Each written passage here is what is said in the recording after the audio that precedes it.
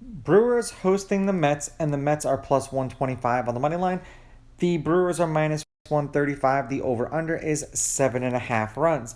The Mets getting a run and a half on the run line are minus 170, meaning if you bet them that way and they win this game outright, you win, or if they only lose by one, you win.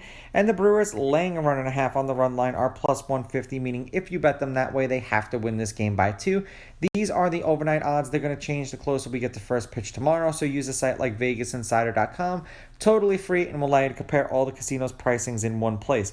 Now, Peterson pitched against the Brewers twice last year. The Mets were 0-2 in those games. 4 innings, 4 runs, 4 earned. They lost that game 10-2 in New York.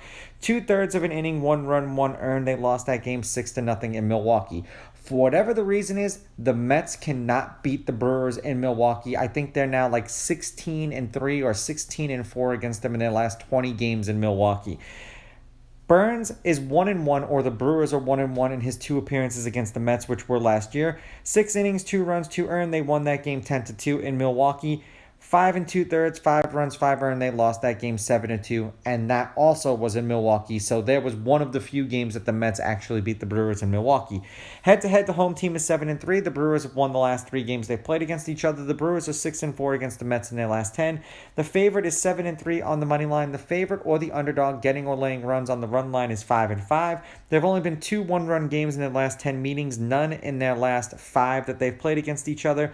The over has hit in their last 2 games. The over is 7-3. And the over 7.5 runs is also 7-3.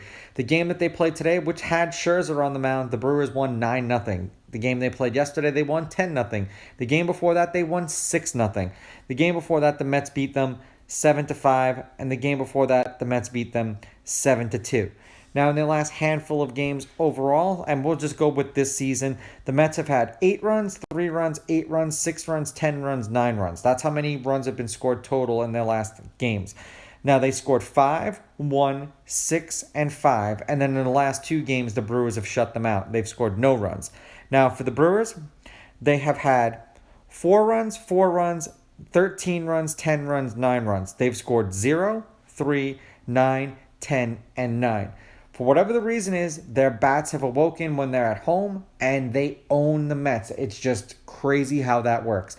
I'm going to take the Brewers with the money line. I'm going to take the Brewers laying the runs, and I'm going over because I imagine that it's not going to be pretty tomorrow for the Mets, but I could be entirely wrong. These are just my picks. If you disagree, please go with your gut, and please bet responsibly.